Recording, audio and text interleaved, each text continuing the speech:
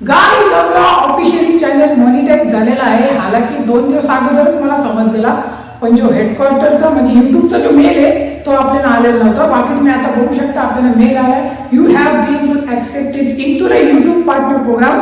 Guys लगभग 1 वर्षाची मेहनत, तुमचा सपोर्ट आणि 14 दिवसाच्या वेटिंग नंतर आज आपलं चॅनल मॉनिटाईज झालेलं आहे.